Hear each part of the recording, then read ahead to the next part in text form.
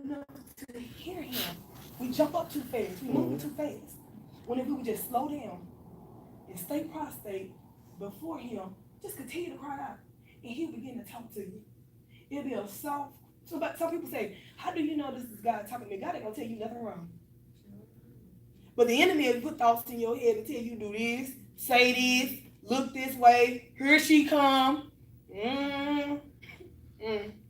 And you ask the person, "Why are you doing all that?" And the first thing, "It's a habit." No, it's a reason why you're doing it.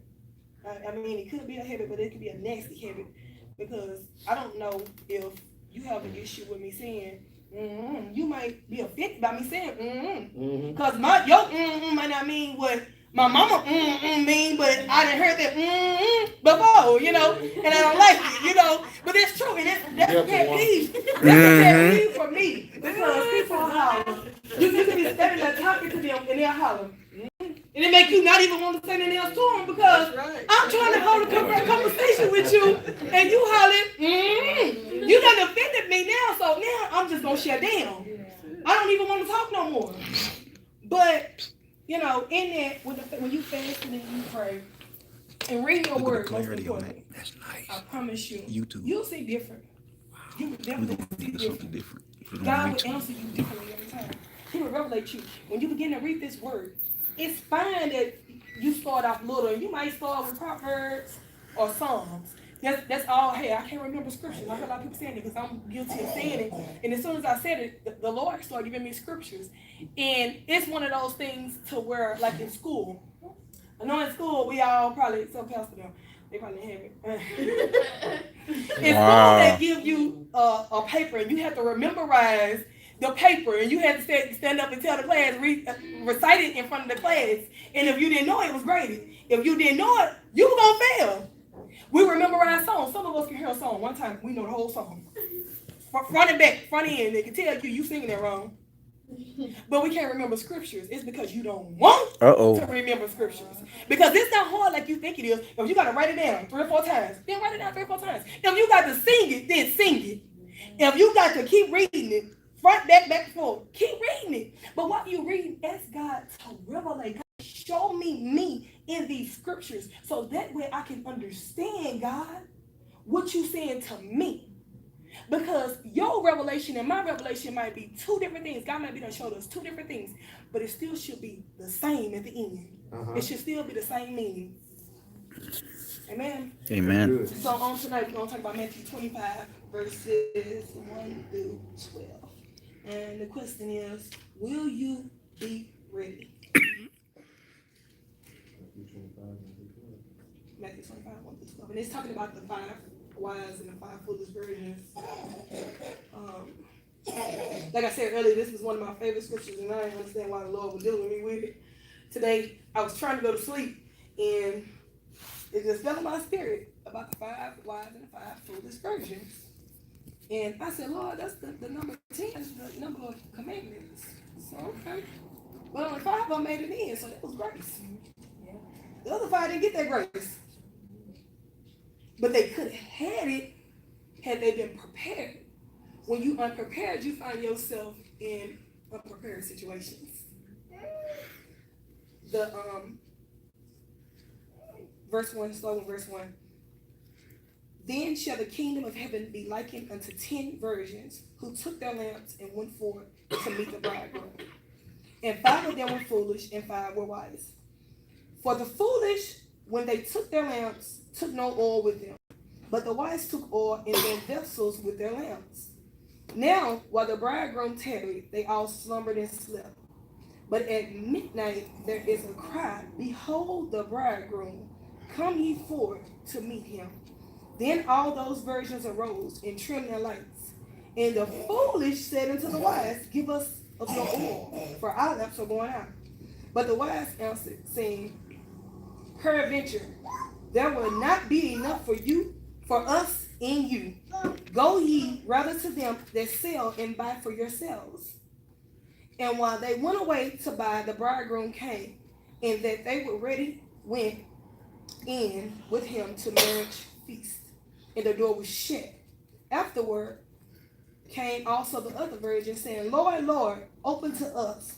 But he answered and said, Verily I say unto you, I know you not. Watch for, therefore, you know the day nor the hour. So I say all that to say this. We got to have our cups fully running over on the inside, y'all. Because our light shine from the inside out. So when people see you and you say that you're a child of God, they always see the Spirit of God that dwells in you. Amen? Ain't no way you're supposed to be looking like, who did it what for, don't do it no more, and you say you one of God's. Because God ain't gonna act no any kind of way.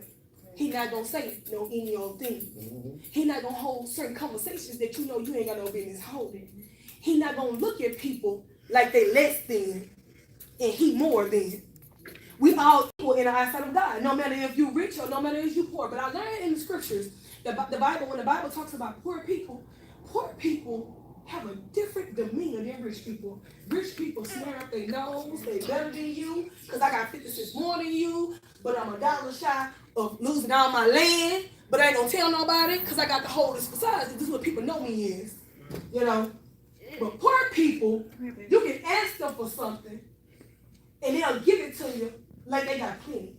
And you not knowing that it's their very last. Because when they give from their heart, not from their lips. And it's a difference.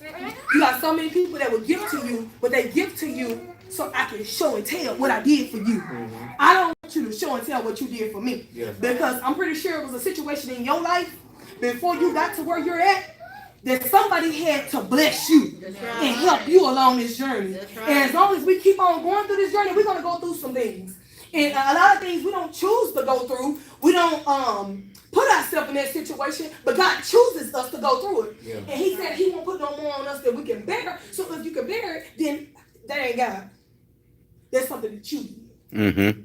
But I promise you, if you ask him not to remove the situation, but God, just give me a little strength to endure it. That's good. And I promise you, God, I'll walk this thing out. Hand in hand. Yes, it might be hard, and yes, I might have to shed some tears. And I might lose a little friends that I thought that was my friend, but come to find out they weren't really my friends anyway. And you just had to get rid of them. But Lord, I'll take it. And I'll walk it out by myself. Have any of y'all, we all married, look at God. In a relationship, you know, you go through, and you don't feel like you in this thing by yourself. And it's like, I know you love me and I know you there, but you don't really understand where I'm at. I'm in a place now where I feel like I'm fighting. I'm the only one in this ring fighting. And I'm trying, and I'm waving my hand. I'm swinging the towel. And it's like you're not getting it. And I'm not understanding why you're not getting it, because I see you and you see me. So why you can't help me? Yeah. And there's purpose behind that pain. But Tawana, in order to get to the push, you got to carry it first. That's right. You got to carry it. We can't just have birth because you go to the doctor and they tell you, oh, look at your son, girl, you're pregnant. Congratulations. You can't just say, I'm ready to push now. You got to wait because it's a process. But at the end, you're going to hold something so dear and so close to you to where you actually can feel like, if you never felt it before, you'll finally say, I feel love. I feel love. This is something that I yet carry and help create through God, you know. But the 5 wise virgins, they were smart, of course. And if I had to choose, I would be the wise one, of course. Because I could see somebody coming up to me, being slowful, and they jollying around, using their oil in the daytime, knowing that you don't need no light when the light is already shining. But when you're foolish, you do foolish things. Because you want to be seen to warn them. But the thing about it is, you're being seen by the wrong people. I don't want man to see me. I want God to see me. Because when God sees me, he sees something that I don't even see within me. And there's purpose. There's growth. That's his daughter. It's love. It's genuine. Do y'all feel me on that? He see beyond to one of my faults. Pastor, and he still, after he sees the faults, supplies all of my needs. That's right. Because he loves me. Yes. Just like he loves each and every one of y'all. But the 5 foolish virgins, of course, You know, like I said, I think I watched a little skit with it, and they was hopping around and talking and laughing and playing and just burning their oil, Pastor. Just burning their oil. And the 5 wives was going on about their business because I found out in order to be a servant, because we have the titles, but in order to be a servant, you got to be serious. When you're not serious about it, you just do whatever you want to do, and it's all right until consequences time. Think about what I done. I put myself in this situation, and Lord, I need you. You didn't need me before when I was trying to tell you not to, but you wanted to follow the leader versus be the leader. And it's a total difference, Tawana, because no matter where you're at in the line, you can still lead.